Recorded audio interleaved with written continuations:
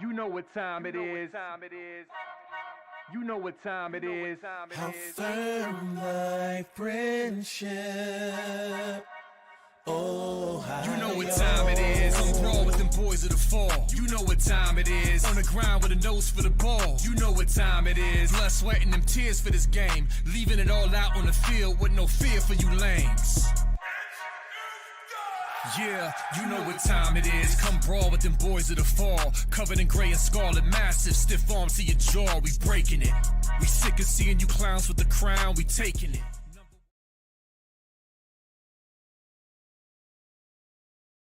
What up, Buckeye Nation? Welcome to the Buckeye Boys, where we're talking about college football with real fans. I'm Devin, and I'm sorry to tell you this, but y'all are stuck with me and me only today, man. I don't know what's going on with the rest of the crew. You got to get the rest of these Buckeye boys in shape, man. Get them on here. No, I'm messing with you. Of course, you know, life continues. People get busy, man, but not really too much going on in Buckeye world right now. But in the same time, there's quite a bit going on. But let me start with saying I appreciate everybody that showed up, man. Yeah, Emily, twice in one day. So that other video that I released earlier today, that had been recorded for a couple days. And I thought that I had put it out already, but I didn't. So I just released it today. It's just a little clip of me talking about whether I think Larry Johnson's coming back or not. But I appreciate all y'all that showed up, man. Hit that like button if you would. Hop in the chat. Ask me some questions tonight. That would be a heck of a help from everybody in the chat to ask questions. So I got something to talk about. I got some stuff lined up. Haven't done too many shows by myself. I think I've done a couple, but not real familiar with doing shows on my own. But here we go.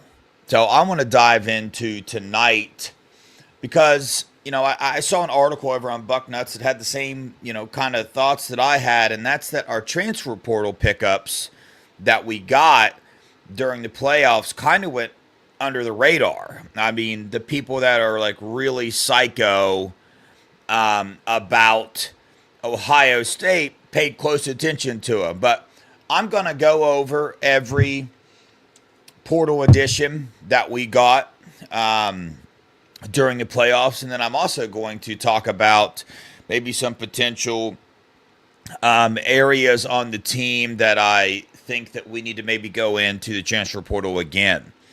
But we got a pretty strong freshman class, so that's kind of limited. Some of the coaching news has died down. I've been really wanting to hear something on LaCharles Bentley to get a final answer there on exactly what that looks like. The more I read and the more I think about it, I think it's just going to be more one of those comes in and helps when he can type situation. Hopefully, I would love for him to get hired on as staff. And then obviously, go check out my Larry Johnson video I did about whether he's coming back or not. But so I'm going to dive right into it, man. One of the players that we picked up in the portal that probably went, not very many people heard of him, is Tai Haywood. He's actually the older brother of Bo Jackson, the running back that we signed in the 2025 class. He was a linebacker in the FCS, so played for like a way lower school, and I think that's why people didn't really pay that close of attention, to him when we got him. He had 52 tackles, 7 tackles for loss, 4 sacks, 3 interceptions, 4 pass breakups, 1 fumble recovery. He had a takeaway in 4 straight games, and he had a 40-yard interception return for a touchdown. He's 6 foot tall, 200 pounds, man. So got a nose for the ball. I mean, this dude straight gets after it. I actually couldn't find any film on him to go back and watch, but I love going and digging in the film. But just based off this dude's stats, I know that he didn't play the best of competition, but he's doing what's expected of a player that would play less competition if he can handle the step up competition. You know what I mean? A lot of tackles for loss, sacks, the whole 9 yards. So he is a scholarship player, so that's a question that a lot of people had, but he's 100% on as a scholarship player. So what is Deetra in the chat? I didn't see her in there. I see everybody saying hi to Deetra, but I don't see her. But Deetra, if you're in here, oh yeah, there she is. Yo, what up, Deetra? Nice to see you. What's up, Steely, Daryl, Lacey, TG, Andre? Let's see, who else is in here? Who else we got? Emily. Appreciate you guys. Tyler, always showing up, man. Buckeye Nation's pretty cool. Vader, what up? So, yeah, Tai Haywood, I think he's going to be a great depth piece, man. If I said anything other than that, I'd just be blowing smoke, man. Just be talking the talk because didn't get to watch film on him. Didn't watch any of his games. All I know is his stats. He's brothers with Bo Jackson, and that's about all I know. So just going off his stats, he's going to be a solid depth piece to have at linebacker, even though we're pretty loaded at linebacker. But he'll be I would expect him to contribute on special teams and give some people some good run and practice and whatnot. So the next one I want to talk about, I'm pretty excited about this one. Logan George, defensive end, again, didn't play the highest of competition. The dude is 6'5", 259 pounds. He recorded 57 tackles, 19.5 tackles for loss, and 6.5 sacks. He was one of the most sought-after FCS defensive ends. He got offers from Missouri, Utah, like a lot of bigger schools.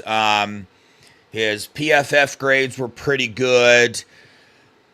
He's got a nose for the ball as well. He's really good run stopper. A lot of people that I hear talk about him, I watched his film. He's just a physical player. He reminds me of Caden Curry a little bit.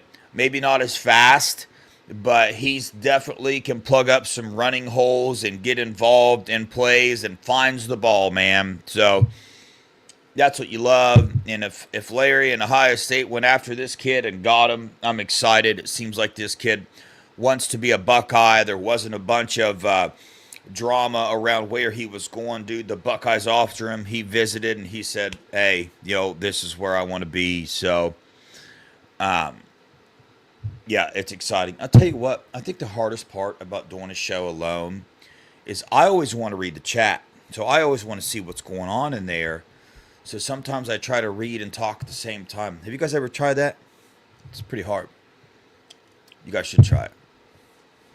So I'm going to catch up on the chat real fast. I don't see nothing too crazy in there. Yo, drinks in the house. Sean, what up? Aaron, appreciate y'all for joining, man. Let's see. I talked about Ty. I talked about Logan. So pay attention to the defensive end. Okay, Logan. He's the only one we got in the portal. I'm going to get to the position groups that I think we need more depth in towards the end of the show. And I want your guys' take on this. So pay attention to what I'm saying, because at the end of this, at the end of my list, I'm going to go over all 5. I want you guys to put them in order of which ones you're most excited about, right? Which ones you're most excited to see and going to have the biggest impact of next year. So next one I'm going to talk about, probably going to save the best. I'm not going to save the best for last. Here we go. Max Klare, tight end from Purdue. I'm telling you, dude, I watched this guy's film, and I, football-wise, fell in love with the way that this dude plays football, his route running, his ability to run after the catch. He's just an elite tight end. He was third team Big Ten All-American this year. The only 2 that were ahead of him, they're gone. So he is the best tight end in the Big Ten easily, pushing for in the country. I mean, the dude is absolutely elite, man. He had 51 catches for 685 yards. He was Purdue's offense. So to put him in this, first off, for Keenan Bailey, the tight ends coach, to go out and get the number one tight end in the portal is a pretty big get, okay? So he's from Ohio, so he grew up an Ohio State fan, always wanted to play, so made it a little bit easier to convince him to come play for Ohio State. But you got Max Klare, Jelani Thurman, Bennett Christian, and I'll stop right there real fast and give you guys a little bit of information. Bennett Christian, as far as where players are at now in the winter workout, if you think about it, the tight end room lost their leader, right? G. Scott, gone. He was the leader of that tight end room. And you ask yourself, okay, who's going to step up and be the leader? Is it Jelani, Patrick Gerd? Gerd's gone. Bennett Christian, who's going to come in and be that leader? Well, I'll tell you right now, it's Bennett Christian. Bennett Christian is killing the workouts. He's leading these guys. People in the Woody are very excited about what he's doing. So I would pay close attention to him, man, and what he's got going on, because Bennett Christian was a heck of a run blocker last year. Big old dude, man. So I'm excited to see what he's going to do. But Max Klare, dude, I know it's crazy to say with all our receivers, but I don't know, man. There's just something. I just got this feeling that Max Klare is going to be an integral part of our offense, and I wonder if we can have 1,000-yard receiver at tight end. The only thing that would make me say no to that, so he had 685 yards at Purdue. Now, we're going to have Julian Sand, a way better quarterback than Purdue had, but at the same sense, he's also coming into a pretty stacked offensive weapons room. With all our receivers, I don't know if he's going to, match the yardage that he had at Purdue or not, because he was their number one target, right, all year long. Here, Jeremiah Smith's the number one target. Then you got Carnell Tate and Brandon Ennis. But honestly, based off position and skill, I don't know, man. He could be the number 2 target next year for the Buckeyes. He could be, just based off of, the position that he plays and the defenders that have to try to cover him. He has an advantage over linebackers and, defenders that are going to try to stand up against him. He has the advantage. And yes, Vader, I saw that. He can definitely block as well. He's a football player, man, and I absolutely love it. So Max Klare, I didn't even do my list. I asked you guys to pay attention to make a list. I didn't even do a list, so I'm going to be computing my list in my head as we go, but I'm going to hold off on saying anything else besides that. So next, dude, we got CJ Donaldson, running back from West Virginia. I don't think this dude's getting enough love from Buckeye Nation. I just don't think he is, man. 6'2", 238 pounds when he signed with the Buckeyes. When he signed with the Buckeyes, he was 238 pounds. In his career, he had 30 touchdowns and averaged 4.9 yards per carry. Last year, 2024, he had 734 yards and averaged 4.5 yards per carry. Big old running back, man. Big old running back. I want to say the dude played like tight end and maybe some receiver in his career. But to say I knew that for sure, I'd be lying to you. I just feel like I read that somewhere. So don't quote me on that. But so where we're at now with CJ is he's kind of standing out as well to the coaching staff inside the Woody and the winter workouts and stuff, and what he's doing to his body. Ohio State has a different plan for CJ than we might expect. We see a big old 6'2", 238-pound bruiser. We're thinking goal line stand, running back, bring him in for the short yards and stuff. I think that Coach Locke and the Buckeye staff have a little bit different plan for him. So he's already cut some weight. He's already lost a good chunk of weight coming in. So that's the first thing. They're wanting him to lighten up, get a little bit faster, get better with his cuts and the whole 9 yards. He's also, that's right, thank you so much, Aaron. He was recruited as a tight end, right? So the Buckeyes are really going to utilize him in the passing game as well. Has a background for being, playing tight end. So I love the dynamic ability that CJ brings to this team. He's a bigger back than we're used to seeing him play at Ohio State. He's 6'2", 238 pounds. They're bringing him down on his weight a little bit, like I said, but he's still going to be that big, powerful back where, you're losing. Here's what I love about this, because you're losing Will Howard. We all knew last year pretty much, well, I guess sometimes Chip Kelly didn't know this, but I knew that 3rd and 1 or 4th and 1 or 4th and 2 and 3rd and 3, a QB sneak was a guaranteed first down. We were 100% with it. And Chip Kelly, I guess sometimes had some brain farts and didn't always do that in some critical moments of some critical games. But it all worked out. We won the national championship, so who really cares? But we're going to have Julian Saint as a starting quarterback. He's not a big old bulky. He's not Will Howard, right? So on those short yardage situations, it's going to be nice to have a big old back that you can hand the ball to and just absolutely truck people over and get that yard. And a back that size, you saw what Coach Locke did with Quinshawn and Trey in their blocking, okay? Now imagine a 6'2". Let me put him at, I'm going to say the Buckeyes want this dude to be 225. I'm going to say the Buckeyes want him to be 6'2", 225 pounds.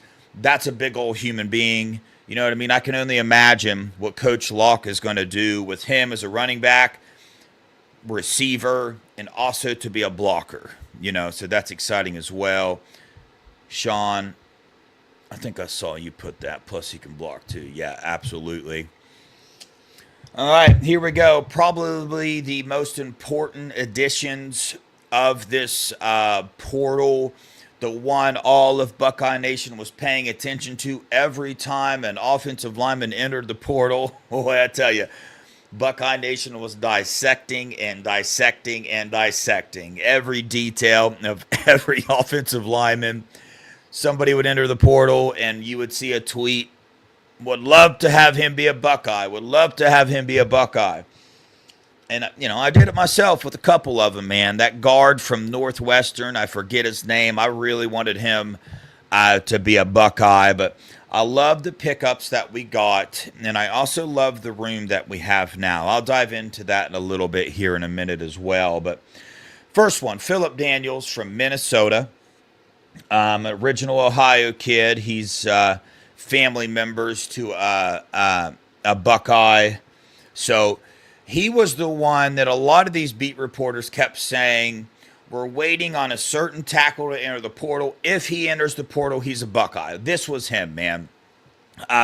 He didn't start all the games at Minnesota. He started 4 games at Minnesota at right tackle and did fairly well. And a lot of people are putting him in the category and giving him the starting right tackle job. I'll just tell you right now, pump the brakes on that. I'd pump the brakes on it, man. There's somebody in the room right now that might have something to say about that, and that's Ian Moore. Going to be a sophomore this upcoming year, I believe. See, this is where it helps to also have somebody else on because they can help check my brain when my brain goes fuzzy. But I believe he's going to be a sophomore. But anyway, I think it's going to be a battle. I think it's going to be a real good battle between Phillip Daniels and Ian Moore on who gets that right tackle position. So it's going to give us some good depth at right tackle as well. And also, got 3 years of eligibility left. So, you can't ask for a better prospect to go pick up. He's got ties to Ohio State, got 3 years of eligibility, and has starting time, has starting experience in the Big Ten. Minnesota, not always the best team, but, not always the worst either. So, you like that he has that experience. You like that he has that eligibility. He's 6'5", 315 pounds, a big old boy. So, that's what we need. With the lack of recruiting that old Fry did, especially at the tackle position, we needed it. And I'll get to that more on whether we need more or not, but we'll talk about that here in a minute. So the last one I want to talk about, Ethan Aniwaya. Ethan O. Ethan O.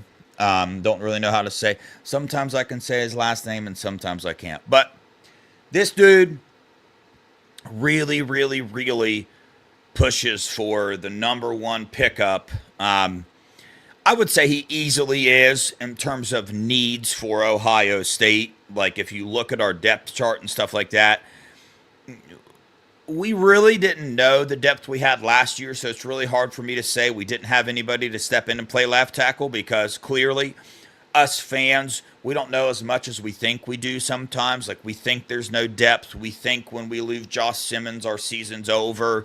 We think when we lose Seth McLaughlin, our season's over. Well, little do we know, we got Carson Hinsman, and we got people to come in and fill some pretty big shoes. So, you know. But needless to say, the dude is still an absolute giant pickup. So he's got 9 starts at left tackle for Rice. Rice is a very big-time school. You got to be pretty smart to go to Rice. Well, I don't know about that, but a very highly touted school as far as education goes. So got a good head on his shoulders. Started 9 games at left tackle, but previous to that, he started 25 games at right tackle for Rice. So he's 6'6", 345 pounds. 6'6", 345 pounds. There's a video going around of this dude. You guys know those smelling salts that people use when they're lifting weights, or I tell you who I see use them all the time, and I hate to bring this team up, but the team up north, Scum. You look at their sidelines, dude. I mean, they're shoving smelling salts in every player's face, pretty much before every play. It's quite funny to me. But there's a video of him taking some smelling salts, and he gets all pumped up and goes like this. And big old dude, seems to be high energy. Out of 350 snaps. Now, before I say this, I know everybody's going to say, well, he was at Rice. He never played competition, yada, yada, yada, yada, yada. Well, go watch the film. Go watch the film, and you'll be able to see. He's doing what a really good left tackle should do at lower competition. He's dominating. Here's how I know that. 350 snaps, he gave up 1 sack. 350 snaps, he gave up 1 sack. Okay, so the dude is pretty darn good. Okay, and not only that, he was projected as a second-round draft pick by some people this year.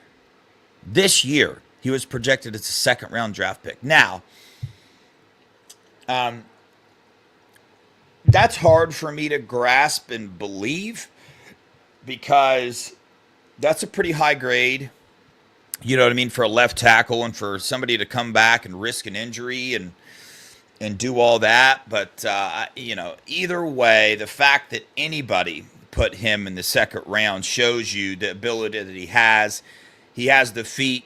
He has the size. He has the experience. This is his last year of eligibility, so he came to be the starting left tackle. Ohio State told him, you will be the starting left tackle. As long as you do what you're supposed to do, you're going to be the starting left tackle. So Ethan's going to be a starting left tackle. You need a big old body like that with Julian Sayin. You're really not going to want Julian Sayin to be having a lot of hits or a lot of contact or anything like that because of his size. So that's the class as of now. So chat, here we go. Hopefully you've been paying attention. Give me your number 1, your number 2, and number 3. So let's start off with number 3. So who's your third-ranked person that we picked up in the transfer portal? Let me take just a quick second. Let me look here. Let me go with number 3. And here's the list. We're gonna rank as in for this upcoming year, right? This upcoming year, not for the future at Ohio State. You know, Philip Daniels, he's got 3 years of eligibility, so he would be high up that list, but we're only focused on next year. So if we're focused on next year, who's number 3? Who's the third person in this transfer portal class that you are excited to see on the field? I'm going to go with Logan George, the defensive end. And I'm going to go with him. It was really hard for me to not put him up a little higher. because of our depth at defensive end. Okay, and I'm going to get into that too in a little bit. But, yeah, Phillip Daniels. I'm seeing a lot of people put Phillip Daniels. I totally get that, dude. We needed depth at tackle for sure. So number two, let's go with number two as well. I got to go with Max Klare simply because the skill set that he brings to this team, he's that good. Was it a position of need? No, not necessarily. It wasn't.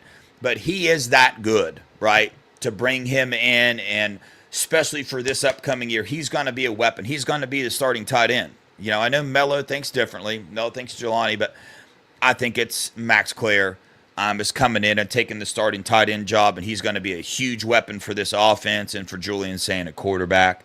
My number one is Ethan, the left tackle. I mean, enough said there. So you guys got, Daryl's got Daniels at 3. I think Jay put Donaldson at 3. I was pretty close there, man, as well. So Jay's got George at 2. Yeah, I really like that. He could have been moved up for sure. TG's got Ethan, Max, Logan. Okay, same list I got. Daniels. Let's see what we got. You guys got to put numbers beside the names. I don't know. Okay, so Lunatic's got Klare for number 1. Can't really argue there. Yeah, Sean, I agree. He is. Number 1 is Ethan, though, for sure. Daryl, you got Klare at number 1? Where are you putting him at? But, yeah, either way, you know, we were going through the playoffs, you know, and that was the number 1 thing on my mind easily was the playoffs. But I was still paying attention. But I think a lot of these pickups in the portal may have snuck by some of Buckeye Nation. Definitely Tai Haywood, that linebacker. He was like the latest one that we got. He went under the radar just because he didn't play much high competition. I think Logan George went under the radar a little bit. But these are some good, smart pickups. Now, keep in mind, man, that I think in the portal especially, right, these are kids that have already played at schools. These are kids that have already been coached by different coaches. They've been around different players. And most importantly, they've been in a different culture. So I really think Ohio State does a lot of vetting. Matter of fact, I know they do. Mark Pantoni, the recruiting staff, have been told by Ryan Day, you know what I'm saying? Culture fit's number 1.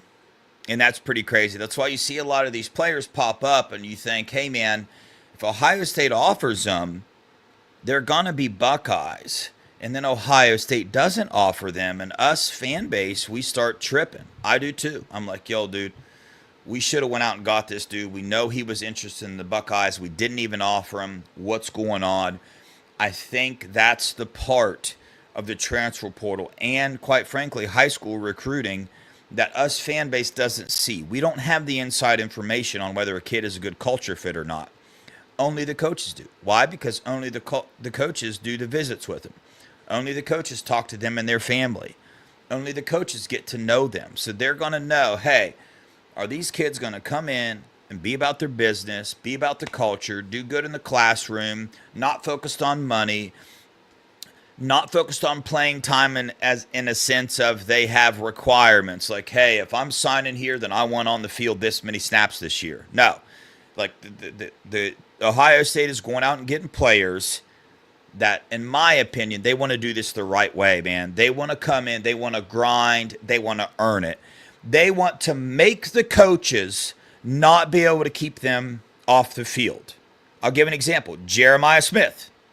It's not like Jeremiah Smith came in. I mean, I heard an interview. He was not promised a starting position. I know that's wild, but he knew himself as a player. He knew he was going to come in and freaking bust his hump.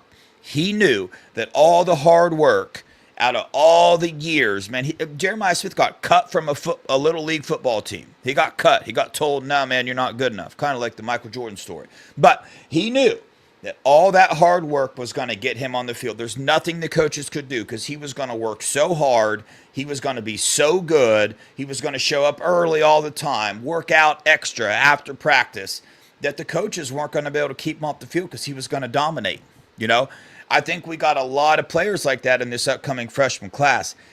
Devin Sanchez, Riley Pettijohn, Tarvos Alford. I mean, there's some dogs, man. There's some dogs that are being talked about already in the Woody as far as these winter workouts coming along. Like, I keep an eye out, man. They're being talked about pretty hardcore. So that culture fit is a big deal here at Ohio State. And we see the fruits of that, man. When you see all these other programs around the country dealing with all this craziness, and I get that, dude, kids in college, they got growing up to do. Sometimes you got to learn the hard way and all that, but I think that's one thing I love about Ohio State is I truly believe what they say when Day says in his press conferences. And I want to know your guys. Do you guys truly believe Ryan Day when he says the number one thing that they're focused on is raising men, right, the right way, like teaching men how to become men? Do you guys believe that when Ryan Day says that, or do you think, no, man, the number one thing you're focused on is winning games? Now, in turn, yes, of course, that's what it is. But in order to get there, you got to have the men on the field to do it. You got to have the players. I truly believe Ryan Day believes that when he says it. And I believe the rest of the coaching staff is on board with that. Hey, man, I want to show these guys how to be men.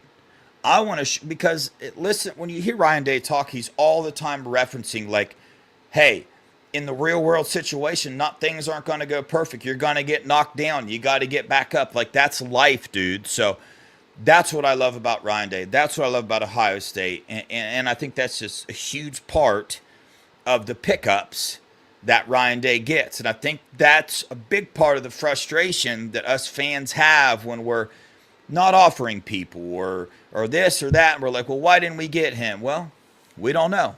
You know what I mean? We don't know whether they would be a good culture fit or not. So I want to move into the next part of it, and I want to talk about, and this is where I need your guys' help. So in the chat, before I get started here, give me your number 1 and number 2 position groups of need. Okay, so if we go back into the portal and pick it up, what position groups do you guys want Ryan Day to hit? Where do we need more help at? Do we need another quarterback? Do we need another receiver? Do we need another defensive back? Do we need another safety? Do we need another DB, D tackle, offensive lineman? Where are we at, man? What's your number 2 position of need on this team currently that we need? So I want to make sure I got my thinking cap on correctly because I was thinking about this earlier and it was a toss-up for me. As far as the number 2, I already know my number 1 answer. But it's hard for me to answer for number 2. But I'm going to go number 2 just because of the lack of recruiting, and I love more bodies in the room. I'm going to go with offensive lineman. I'm going to go more specifically another tackle. With eligibility, right, to kind of make up for some of the recruiting misses that we've had at the tackle position over the past couple years. So that's my number 2. I think we got plenty of interior offensive linemen, centers, and guards. I think we're pretty stacked and loaded there. We're pretty good at tackle, honestly, but I just want to see more in there. I just want to see more tackle. So we got Ian Moore. Okay, so let's say our starting right tackle is Phillip Daniels. Then we got Ian Moore behind him to cover. Then you got Carter Lowe coming in as a freshman. And then for left tackle, you got Ethan as our starter.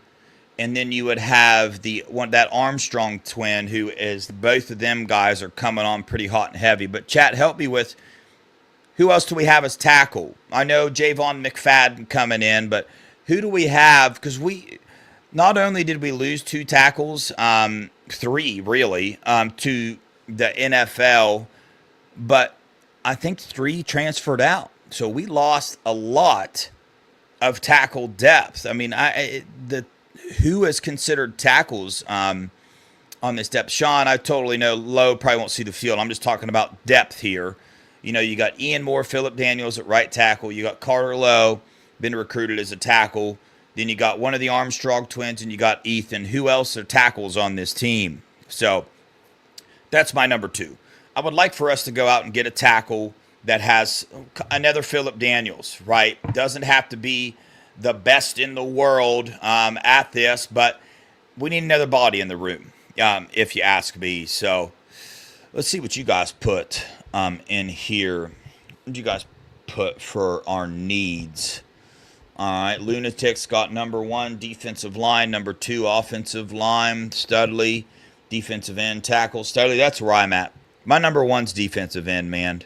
Aaron, more D-line trenches. Totally agree. Number 2, defensive tackle. Number 1, D-line depth. 2, safety depth. Now, that safety depth one is an interesting one to me because I do hear quite a bit of people bring it up. I just, yo, what up, Ohio Pod? What up, Eric? I'm just not there as far as these other position groups. I think with safety, pretty much with all our defensive backs that we have, I think we got a lot of versatile people. I mean, Bryce West is being talked about pretty big time inside the Woody because of his versatility, because he can be an outside DB. He can come inside at the slot and be a DB. He can play safety. Not a huge guy. He's 5'11", 200 pounds, but, that's kind of what I'm seeing. Let's see what Ohio Pod's got in here. If we move to a 4-3, we're going to need more linebacker depth. If we stay at 4-2-5, we're going to need more D-line depth, in my opinion. 100%. I think where we're going to be surprised with our linebacker depth is I think that Riley Pettijohn and Tarvis Alford are going to make immediate impacts in the linebacker room, and I think they are going to stamp their name in that rotation this year as freshmen. Very big statement on my part, I understand, but I'm telling you, Riley Pettijohn is an absolute beast. But back to my main thing, defensive end, man. Defensive end. So Larry Johnson, past couple years in recruiting, this past year I think he did okay, but look at all the defensive ends in particular that we've lost at the last moment from that bag and stuff. Now, you got some Epi coming in at defensive end, and then you got the other guy from Alabama coming in. But defensive end, both the defensive ends we got coming in, they got to put on some mass, man, to get in the game. They got to get in there. Now, could they do it? 100%. But I definitely think, you got Caden Curry, you got Kenyatta Jackson as your 2 starters, then you got Logan George as your depth piece. Who's your other depth piece? I'll answer it for you. C.J. Hicks, it's over with. He's transitioned to defensive end. C.J. Hicks is a defensive end. He will play strictly defensive end next year. That's his position. That's what he's playing. So, newsflash, I think everybody already knew that, but C.J. Hicks, that's where he's at. He's already heading that direction. So, we'll see how he ends up at defensive end. I think this whole C.J. Hicks talk has been going on since we signed him. 5-star, everybody expected huge things from him, and let's just to keep it real, I'm not going to get into faults or who, what, when, where, why, but he really hasn't produced like we expected him to. Now, I hate expectations, especially expectations on young men sometimes, especially if you sign with Ohio State. They can get a little bit out of control sometimes. But I'm excited for what CJ, the fact that he didn't hit the portal shows me that he believes in the plan, right? And we know that CJ was a little bit frustrated in the year about his playing time and whatnot, but we saw him get in, we saw him make some plays, and then we saw him miss some assignments. So I think we know that CJ is going to do the best at see ball, get ball. You know what I mean? See quarterback, smash quarterback. I think that's what it is. But yes, Sean, you hit it perfect. CJ definitely had issues reading his keys and, assignments, and learning the playbook at linebacker was a big thing for him. Question, are we better and have more depth at D tackle or D end? I think we have more depth at D tackle. I think we got Edric Houston moved to the inside, so there's one. We got Edric Houston, we got K-Mac, We got Jason Moore. We got Tywone Malone. And then we got Eric Mensah. Is he going to be playing on the inside or the outside? I don't know. So I think we have more depth at the tackle position. You know, players like Tywone Malone. You know, the things that Larry Johnson has said about Tywone Malone and Jason Moore are pretty big statements. Larry Johnson just doesn't come out and say those things. I just think that they had really good players in front of them, Ty Hamilton and whatnot, and then Edric Houston, K-Mac stepped up. But I think they're going to make very good depth pieces for next year. I think they got the body type. They got the skill set. They're going to be getting down these playbooks. Now, so a lot of people, you know, they've heard about Matt P being hired. And since then, I've listened to a lot of interviews. I went back and actually watched some of his films, some of the defenses that he runs. And I've done a little bit more research on him. And at the end of my research, one thing that I really am loving is that I believe he really utilizes the players that he has available. Okay, and I know that might sound like, well, duh, dude, that's obvious, man. So I think some defensive coordinators, they're going to mainly look at the other offense and be like, okay, what type of defense do we need to run to stop this offense? And then some say, okay, what skill players do we have on our side? What are they the best at doing? Let's put them in positions that they're the best at and let them do their thing versus trying to figure out, okay, what defense do we need to run to stop this offense? I don't know if I made sense there. Sean thinks Dominic Kirks was the other one. He's definitely kicking inside. The dude's huge. But you got to balance that out. And I think Matt P really leans towards more of the, okay, what players do we have? For instance, Caleb Downs moving closer to the line this year. It would make sense that, hey, you want to keep a safety a little bit back further for over-the-top shots and whatnot. But no, Caleb Downs is the best. The closer to the line he gets, the greater impact he can have on the game. So that's where he got put, right? So that's what I'm really excited about Matt Patricia coming in, dude. The way Ohio State recruits, the freshmen that we got coming in, the players that have already been on the team, names that I haven't even mentioned yet, okay, are going to pop up. Players on this team that we're not talking about, that we haven't mentioned, that people, they kind of go under the radar. Dude, they're in the Woody grinding, man. They were recruited by Ohio State for a reason. They're in that Woody, absolutely grinding, man. They want to get into the NFL. They want to be the next Jack Sawyer, Buckeye legend. That's what they want to do. That's why they're at Ohio State. So, I mean, dude, we're talking about all these names, and the truth is, dude, who the heck knows, man? You could have a sophomore step up this year, a junior that we're not talking about, man, that makes a absolute dramatic change to their body, comes in and is dominant. And I fully believe that we have the skill set. We have the freshman class coming in, and we got enough veterans coming back where we can be ballers next year. Now, we had, a lot of veterans this year, so more leadership, but you still got some good leaders on this team coming back, and you got a heck of a freshman class coming in. And I know I've said this before, but I'll say it again. We signed the best freshman class out of any team this year. We signed the best freshman class for sure. I know On Three, that joke of a place wherever they're, I mean, they're just, I don't know if you guys know this or not, but you guys know I don't like On Three. Have I said that before? Because I don't. I think they're a joke. Now, not our On Three.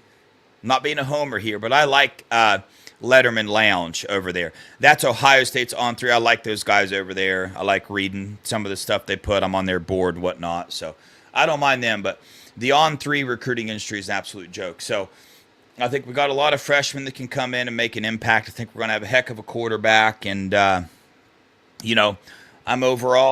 I'm just excited to see what these Buckeyes can do, man. I like the portal pickups.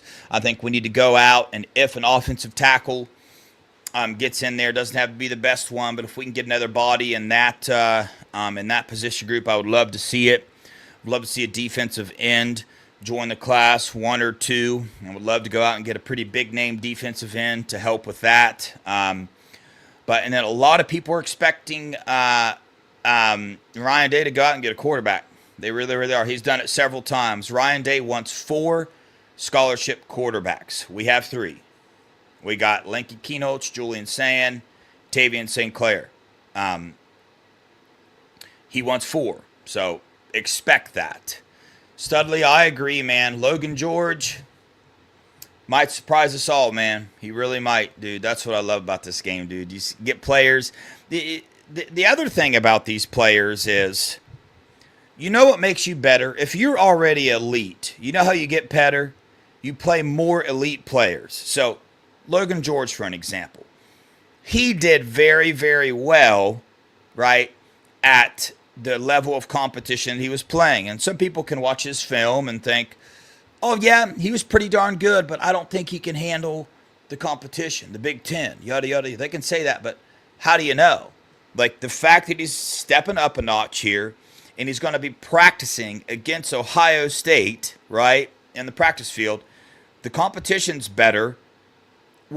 How do you know he's not going to step it up another notch past that? That competition, man, if you're a competitive person, it breeds excellence, and it will get you on your high horse. I've calmed down a little bit because I'm getting a little older, but I'm telling you right now, I used to be like the ultimate competitor. I remember running the 400. So I did track, and I ran the 400. And there were 2 races that when I crossed the finish line, I blacked out. Boom, fell right on my face, bloodied up, the whole 9 yards. But I didn't want to lose, man. I was going to die before I lost. So I passed out. So I say that to say that, yeah, man, you put these kids in a very highly competitive atmosphere like Ohio State, dude. Watch out, man. You really don't know what you got until you unleash that beast and put them around some bigger, faster, stronger, smarter players, and then they become that bigger, faster, stronger, smarter player. So we'll see, man, what we do in the transfer portal. I think us as Ohio State fans, we always overdo it with what we think we need. But, Ryan Day and the rest of that coaching staff, they're the ones that they know what they have, man. They recruited him. They watched him in the weight room. They watch them in practices. They see their demeanor. They know it, man. So this Ryan Day, I'll say it again, has earned our trust. He knows what this team needs, right? Look what he did in the portal last year and look at the results this year, okay? So he might not be going out and getting that many players in the portal. I love it. I love keeping it in-house and the whole 9 yards. Uh-oh. Look at Eric, Ohio Pod, trying to start something, dude. Chat, who would win in a 100-yard dash, Dev or Mello? Steely says Mello, okay. TG says Mello. Now, I love Mello to death, right? But I'll just straight up tell you, I don't know if I look slow or something, but it's already a fact. It's written in the book. I would smoke Mello in a 100-yard dash. Mello, you know I love you, bro. I was absolutely smoke Mello, man.